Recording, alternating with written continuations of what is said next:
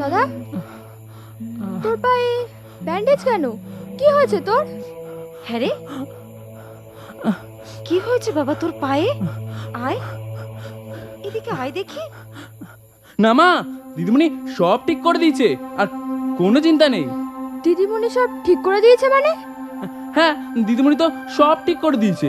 তার বাড়িতে নিয়ে গিয়ে ওষুধ আর ব্যান্ডেজ লাগিয়ে দিয়েছে। আর জানো মা, দিদিমণির এই বড় বাড়ি, বড় টিভি, নরম খাট, কি মজা লাগছিল জানো। ঠিক আছে বাবা, যা তুই হাত মুখ ধুয়ে নে, আমি খেতে দিচ্ছি। যা যা।